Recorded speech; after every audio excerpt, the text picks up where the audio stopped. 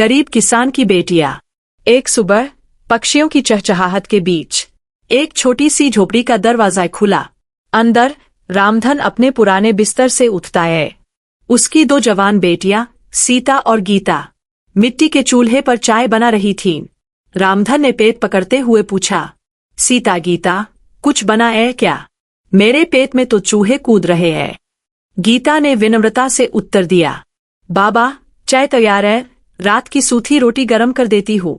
सीता ने खेतों का काम याद दिलाया, आज तो सिंचाई भी करनी है बाबा। रामधन ने एक लंबी सांस भरी और बोला, यही खेत तो है जो 2 वक्त की रोटी देते हैं, वरना इस दुनिया में हमारा कौन है। धूप चढ़ चुकी थी और खेत में गर्मी थी। रामधन और उसकी बेटियां बिना चप्पल के काम कर रहे थे। रामधन नीरस मिट्टी को देखकर सोच रहा था, क्या यह मिट्टी मेरी बेटियों के हाथ पीले कर पाएगी? मेरे पास तो उनके लिए कुछ भी नहीं है। सीता ने बाबा का हौसला बयाते हुए कहा, आप चिंता मत करो, हम मेहनत करेंगे, कुछ न कुछ रास्ता निकल ही आएगा।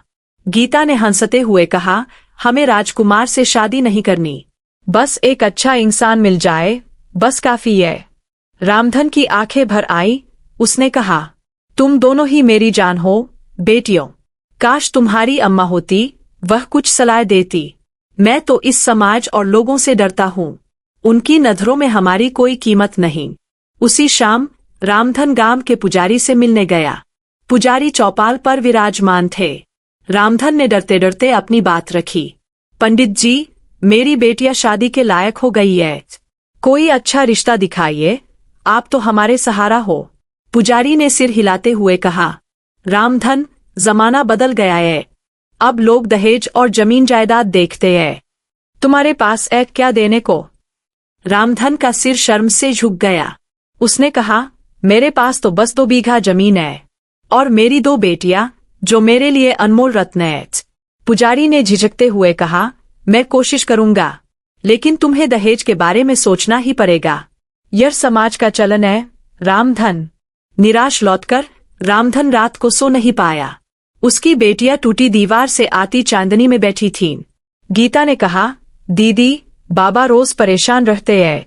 सीता ने दृढ़ निश्चय से कहा, मैं शहर जाऊंगी, नौकरी ढूंढूंगी, बाबा को इतना दुखी नहीं देख सकती।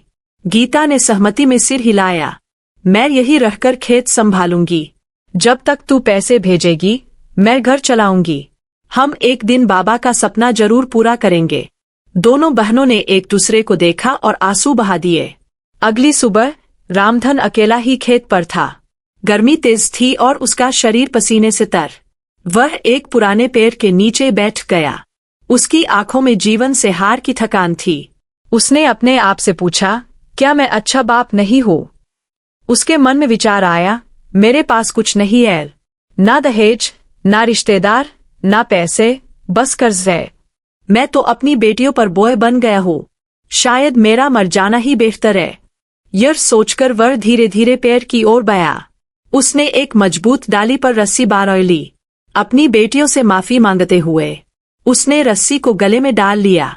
एक झटके के साथ सब कुछ थम सा गया। हवा ने भी अपनी रफ्तार खो दी। संयोग से वहां से एक मछुआरा भोलू गुजर रहा था। उसकी नजर पेड़ पर लटके रामधन पर पड़ी। वह चिल्लाया, अरे बाप रे, यह तो रामधन है। भोलू ने तुरंत दौड़कर उसे नीचे उतारा, लेकिन रामधन की नब्ज रुक चुकी थी। भोलू गांव की ओर चिल्लाता हुआ भागा, गांव वालों, कोई है, रामधन ने खुदकुशी कर ली है। जल्दी ही रामधन के घर के आसपास भीड़ इकट्ठी हो गई। सीता और गीता अपने पिता के शव के पास बैठकर फूट फूट कर रो रही थीं। गांव की औरतें उन्हें समझाने की कोशिश कर रही थीं। एक औरत बोली, हाय राम, यह दहेज का डर कितने बापों को खा गया। दूसरी ने कहा, रामधन तो बहुत सीधा आदमी था। श्मशान घाट पर रामधन की चिता जल रही थी। दोनों बहनों की आंखों में अब सिर्फ खालीपन था। झोपड़ी में लौटकर उनके सामने सिर्फ एक रोटी थी। सीता ने कहा, अब तू ही मेरा सहारा है गीता। गीता ने जवाब दिया, हाँ, और तू मेरा। बाबा की चिता के साथ हमारा डर भी जल चुका है, अब हमें अपने पैरों पर खड़ा होना है। 1 महीने बाद स्थिति वैसी की वैसी थी। गीता ने कहा, दीदी, ना काम मिला, ना कोई सहारा। तभी बाहर से एक भारी आवाज आई, सीता गीता, ओ बरनो, बाहर आओ। बाहर मोटा ताजा सेठ भीमसेन खड़ा था। सेठ ने गुर्राते हुए कहा, तुम्हारे बाप का कर्ज चुकाओ, नहीं तो यह जमीन और झोपड़ी मेरी होगी। सीता ने गिड़गिड़ाते हुए कहा, सेठ जी, थोड़ा समय दे दीजिए। सेठ ने खुकरा दिया, 7 दिन, या पैसे दो या घर खाली करो। यह कहकर वह अपने नौकर के साथ चला गया। 7 दिन बाद सेठ दोबारा आया, इस बार पटवारी के साथ। गीता काम पर गई हुई थी, सीता अकेली थी। सेठ ने डांटा, पैसे कहाँ है? यह जगह अब मेरी है। उसने सीता का सामान बाहर फेंकना शुरू कर दिया। सीता बेबस होकर जमीन पर गिर पड़ी। जब गीता लौटी तो उसने यह दृश्य देखा। सीता ने रोते हुए कहा, सेठ ने सब छीन लिया। गीता की आंखों में आग थी। वह बोली, यह लड़ाई अब नहीं रुकेगी दीदी, अब हम नहीं रुकेंगे। दोनों ने अपनी झोपड़ी को आखिरी बार देखा और चल पड़े।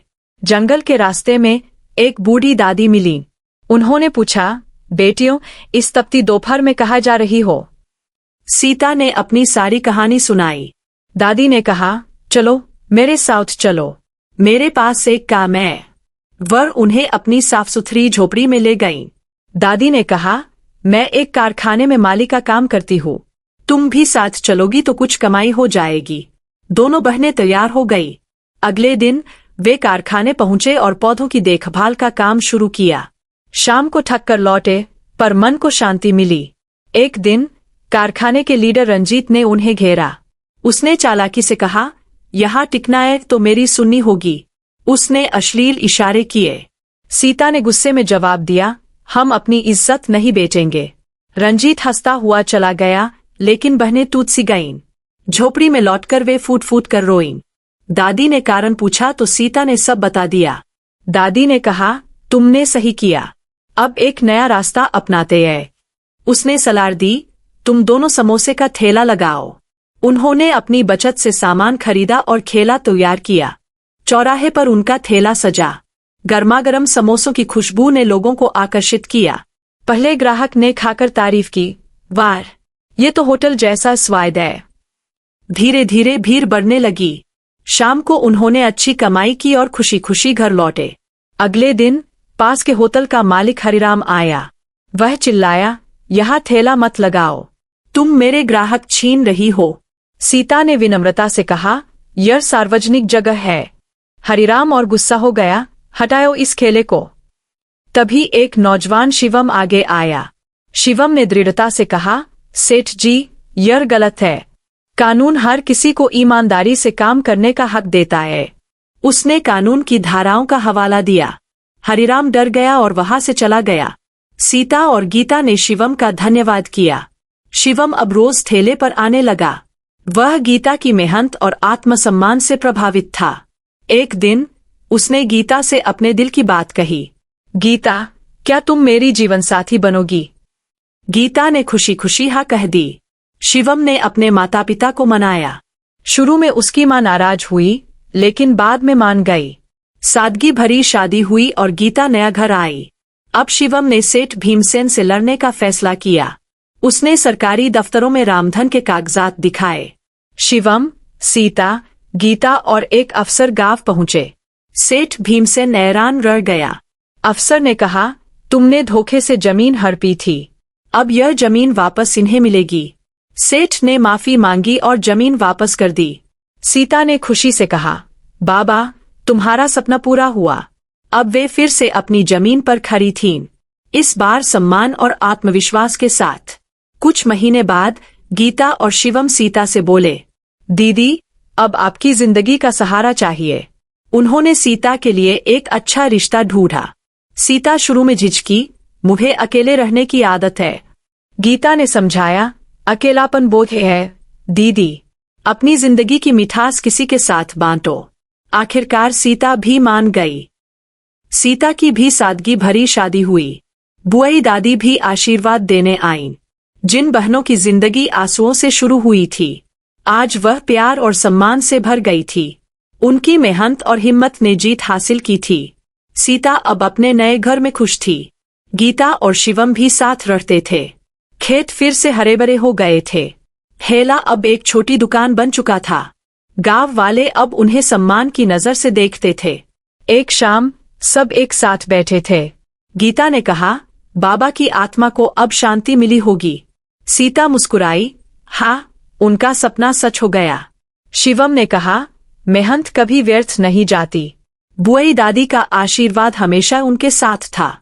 वर झोपड़ी अब पक्के घर में तब्दील हो चुकी थी, लेकिन उसकी सादगी और प्यार वही बरकरार था। सीता और गीता ने साबित कर दिया था कि इंसानियत और हौसला सबसे बड़ा धन है। उनकी कहानी गांव-गांव में प्रेरणा बनकर फैल गई। हर सुबह वे मिलकर नए सपने बुनते। हर शाम वे मिलकर दिन भर की कहानियां साझा करते। उनकी जिंदगी एक सबक बन गई थी, हार न मानने और ईमानदारी से जीने की। दुख की शुरुआत ने खुशहाल अंत पाया था, और इस तरह गरीब किसान की बेटियों ने अपनी मेहनत, प्यार और एकजुटता से न सिर्फ अपना भविष्य संवारा, बल्कि दूसरों के लिए मिसाल कायम की। उनकी कहानी हमेशा याद रखी जाएगी।